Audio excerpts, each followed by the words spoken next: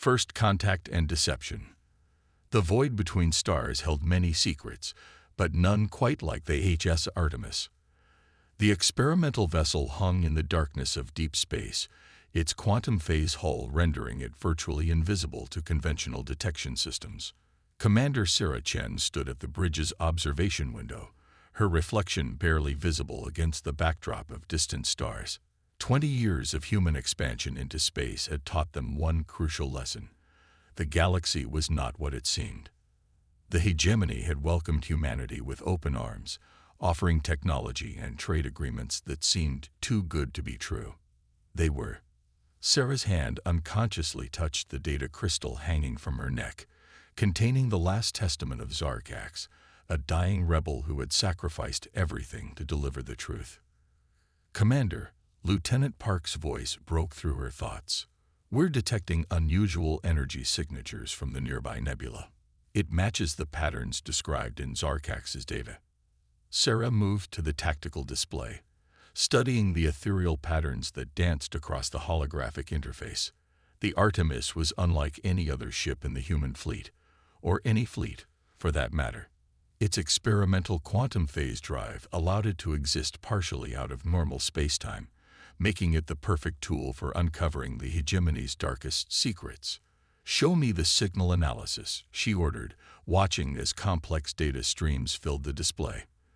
The hegemony claimed to be a benevolent alliance of advanced civilizations, guiding younger species toward enlightenment. The reality was far darker. They were architects of oppression, systematically suppressing technological advancement in lesser species while extracting resources and labor. Dr. Emily Wong, the ship's chief scientist, joined them at the tactical station. "These energy patterns, they're consistent with mass surveillance systems. The hegemony isn't just watching their subject species, they're actively manipulating their development." Sarah nodded grimly. Zarkax's final message had revealed the truth. Hundreds of species across the galaxy lived under invisible chains, their societies carefully controlled to prevent any challenge to hegemony dominance. Humanity had been next on their list, marked for subtle subjugation through seemingly generous technology transfers that would make them dependent on hegemony systems. "Begin active scanning," Sarah commanded. "Use the quantum arrays. Let's see what they're hiding in that nebula." The Artemis's sensors were unique, combining human innovation with reversed-engineered alien technology. Unlike conventional scanning systems that could be detected and blocked, these operated on quantum principles that the hegemony had never encountered. "Multiple structures detected," Park reported, his voice tight with tension. They're massive, Commander. Looks like some kind of processing facility. Energy signatures suggest high-security containment systems." The holographic display revealed a horrifying truth. The nebula concealed a vast complex dedicated to suppressing rebellion. Species that showed too much independence or technological progress were quietly removed here, their populations reduced and memories altered through advanced psychological manipulation. "Log everything," Sarah ordered. "Every detail, every energy signature. The galaxy needs to know the truth." She turned to her crew, seeing the same determination reflected in their eyes. "The hegemony thinks humanity is just another species to be controlled, another civilization to be shaped into their perfect, submissive subjects. They're about to learn how wrong they are." Dr. Wong studied the facility's security systems with professional interest. "Their defenses are impressive, but they've never encountered anything like our quantum phase technology. We could strike without them even knowing we were here." Sarah considered their options carefully. The Artemis carried weapons that could reduce the facility to atoms, but that wasn't their mission. Information was their real weapon. The truth about the hegemony's oppression would be far more devastating than any physical attack. "Prepare a targeted data extraction," she decided. "We'll take their secrets, their methods, their lists of victims. Then we'll make sure every species in the galaxy knows exactly what kind of monsters have been pulling their strings." The crew moved with quiet efficiency, each member understanding the gravity of their mission. Humanity had always prided itself on independence, on finding unconventional solutions to impossible problems. Now they would use that same creativity to free not just themselves, but countless other species from invisible chains. As the Artemis began its delicate operation, Sarah thought about the responsibility they carried. One ship, one crew, standing against an empire that spanned the galaxy. The odds were astronomical. But then, humanity had never cared much for odds. "Begin transmission interception," she ordered. "Let's see exactly how deep this deception goes." The hunt for truth had begun, and with it, the first steps toward a revolution that would reshape the galaxy. The hegemony had spent millennia perfecting their system of control, never imagining that a species they had marked for subjugation would become the architect of their downfall. The HSS Artemis moved silently through the nebula, gathering evidence that would shatter the hegemony's carefully constructed facade. They had no way of knowing that this single human vessel would become the catalyst for the greatest revolution the galaxy had ever seen. The Silent Hunter. The quantum phase drive hummed with barely contained power as the Artemis slipped through the void between hegemony patrol routes. 3 weeks had passed since their discovery in the nebula, and they hadn't wasted a moment. Commander Sarah Chen studied the tactical display showing their next target, a hegemony communications hub that controlled information flow across 12 star systems. Final systems check complete, Dr. Wong reported from her station.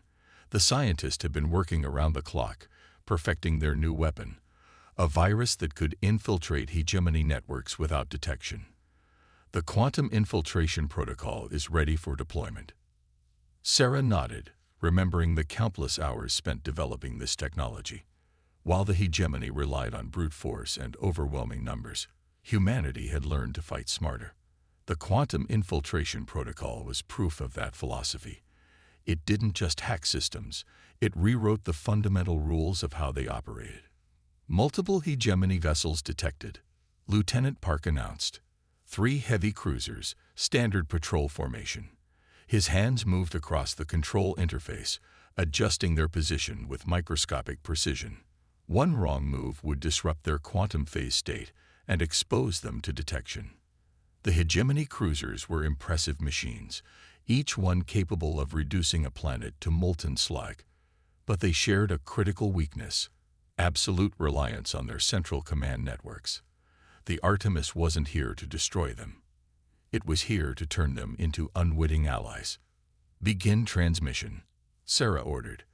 The quantum infiltration protocol activated, spreading through subspace like digital wildfire. Unlike conventional computer viruses, this one operated on quantum principles, existing in multiple states simultaneously. It was impossible to detect because, technically, it didn't exist until it was observed.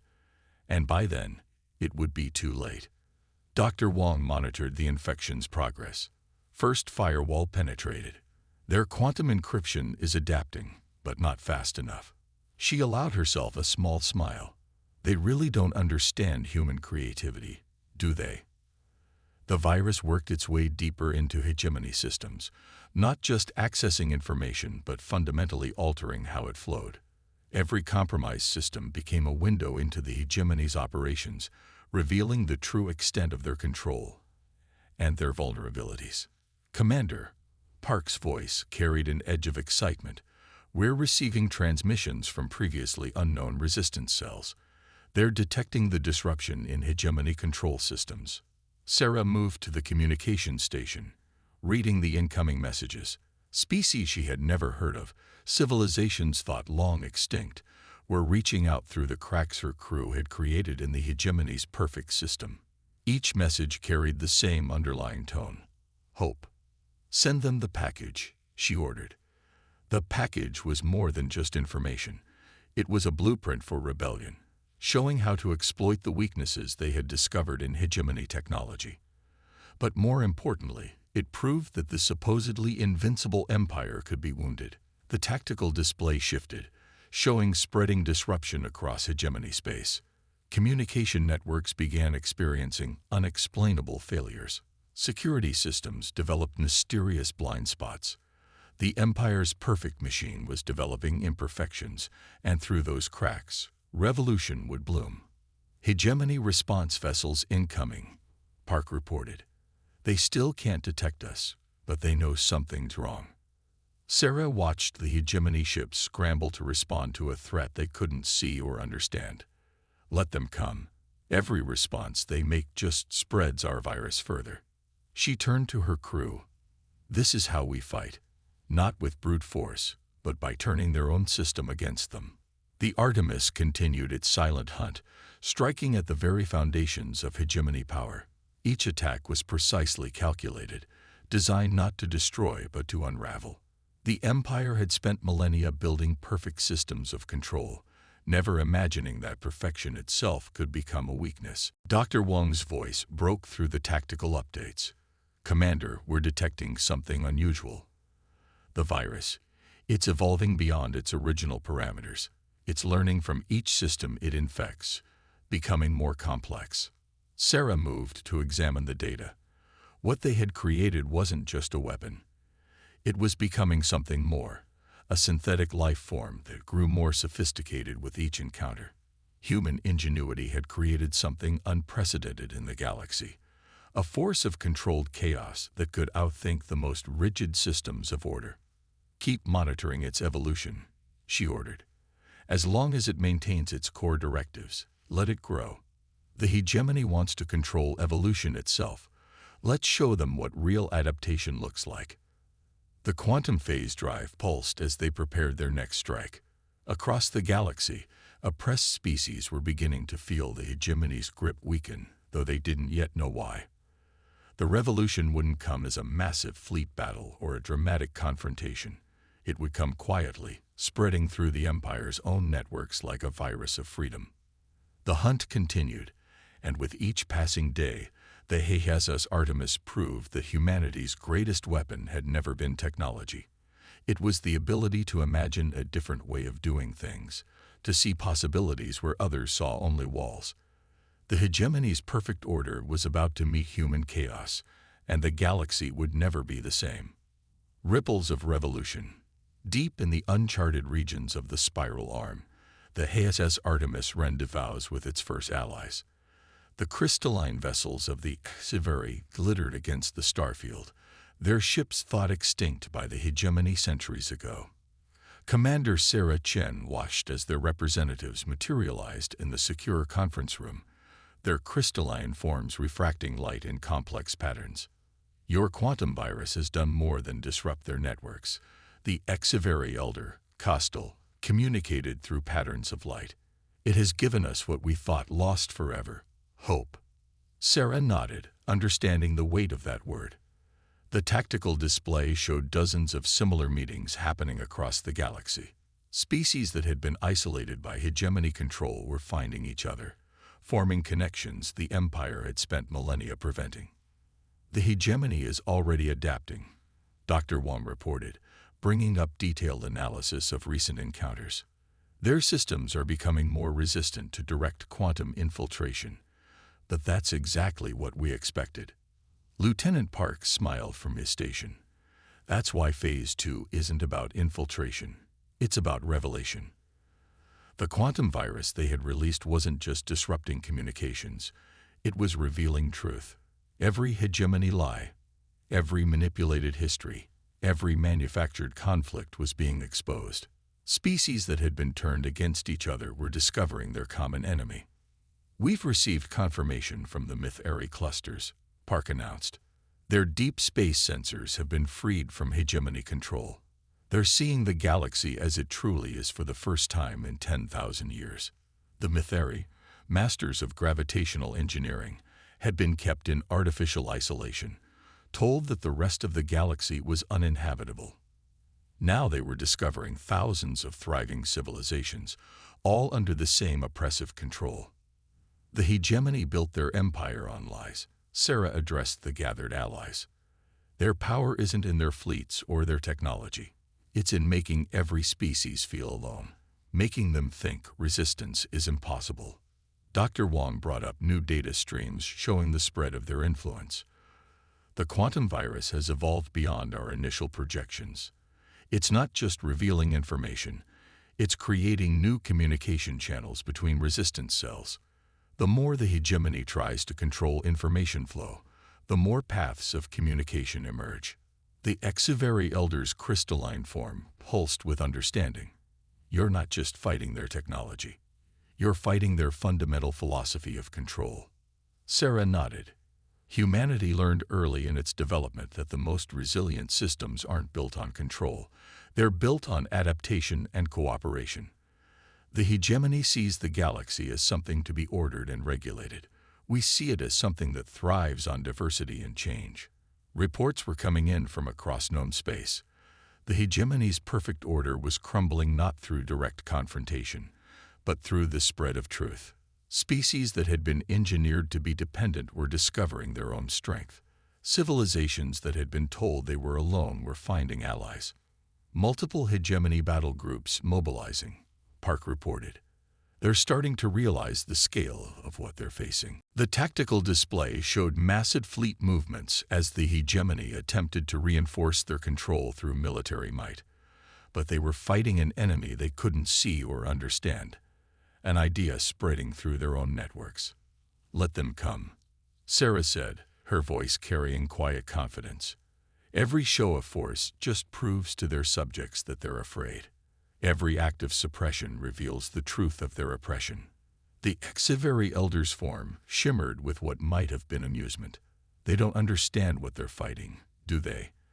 They think this is about military power. The hegemony has spent millennia perfecting their methods of control, Dr. Wong observed. They've never encountered a species that thrives on chaos theory and emergent complexity.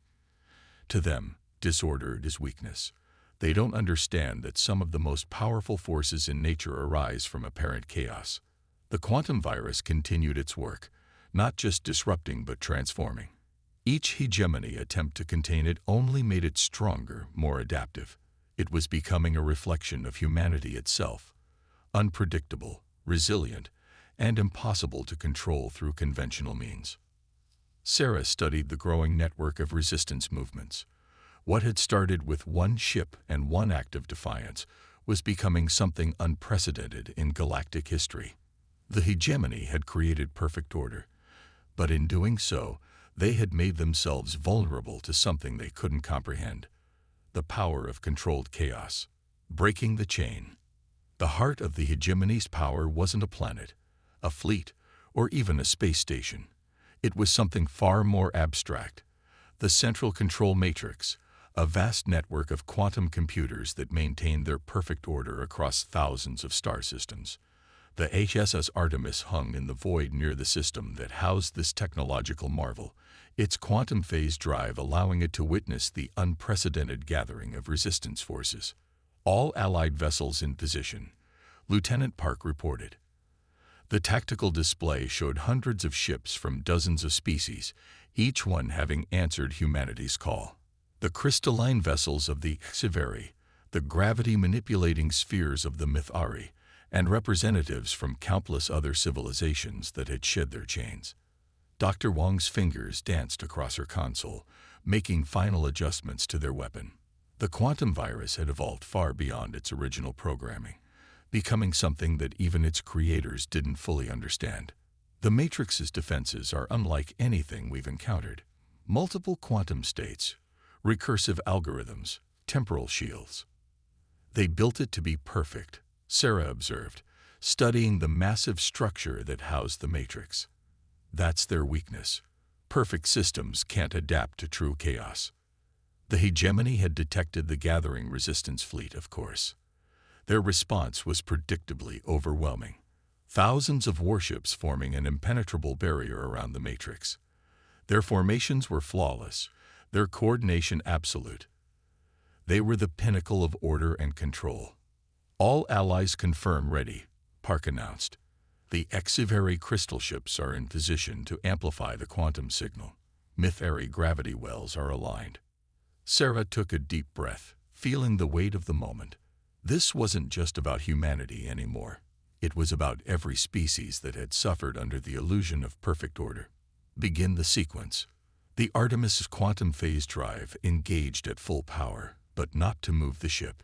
Instead, it created a cascade of quantum fluctuations that rippled through space-time.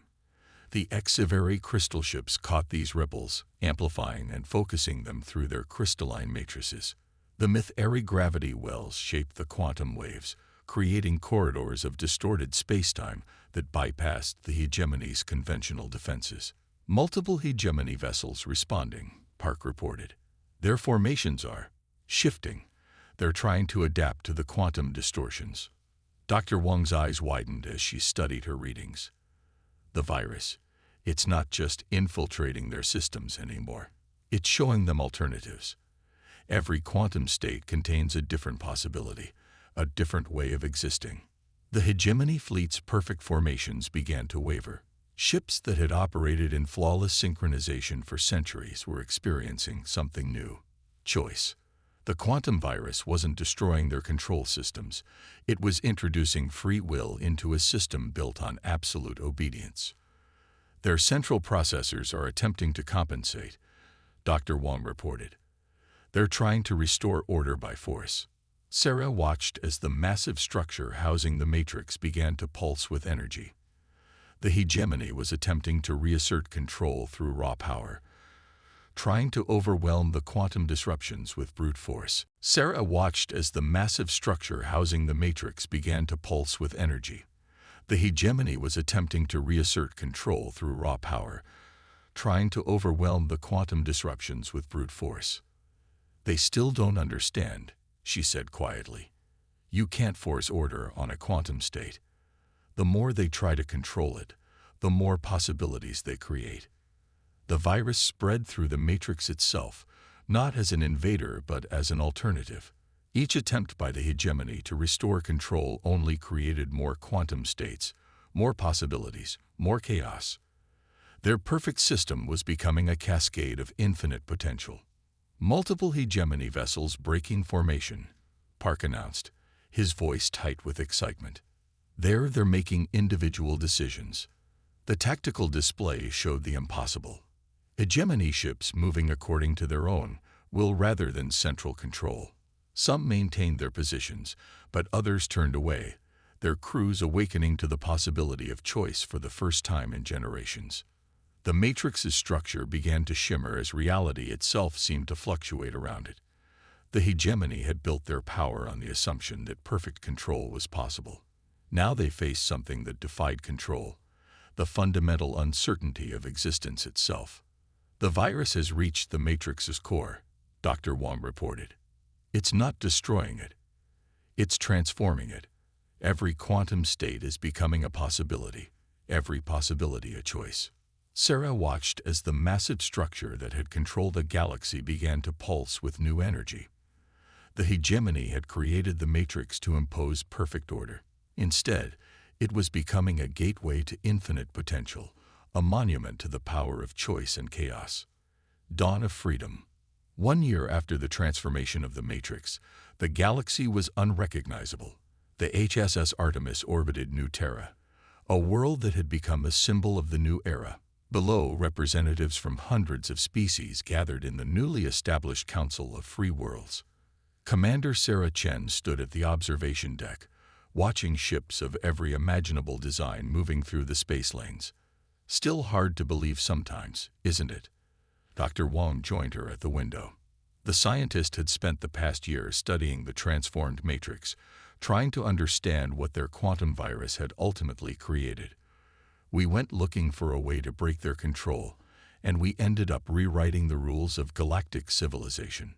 The matrix no longer served as a tool of control. Instead, it had become a vast network connecting species and civilizations, allowing them to share knowledge and resources while maintaining their independence. The quantum states that had once enforced uniformity now celebrated diversity. Lieutenant Park approached with the latest reports. The last hegemony holdouts have accepted the new reality. Even they couldn't deny the benefits of freedom once they experienced it. He smiled.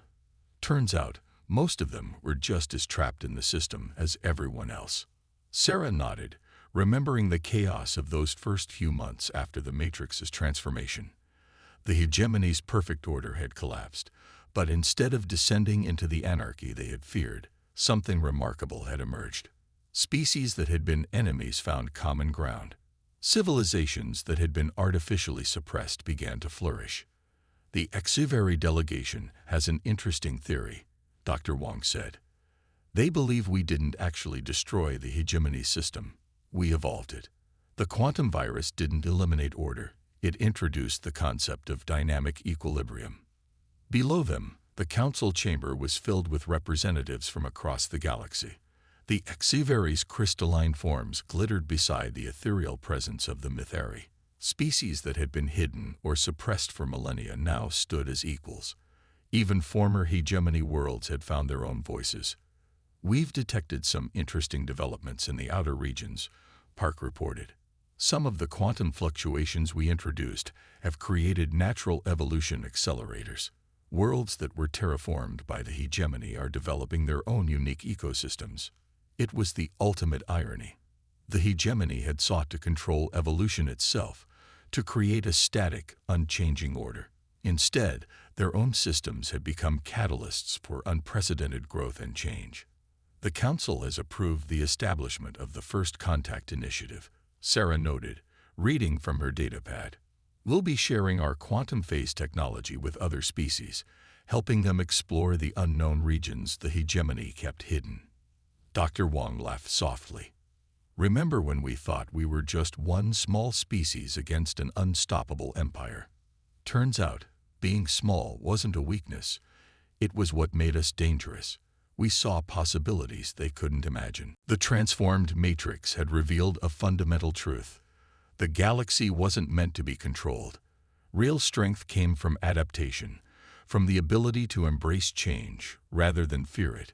Humanity's greatest contribution hadn't been technology or military might. It had been the simple idea that chaos and order weren't opposites, but partners in a greater dance.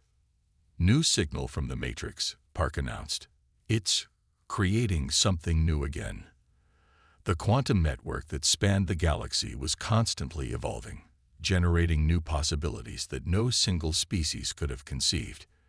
It had become a reflection of life itself, complex, unpredictable, and endlessly creative.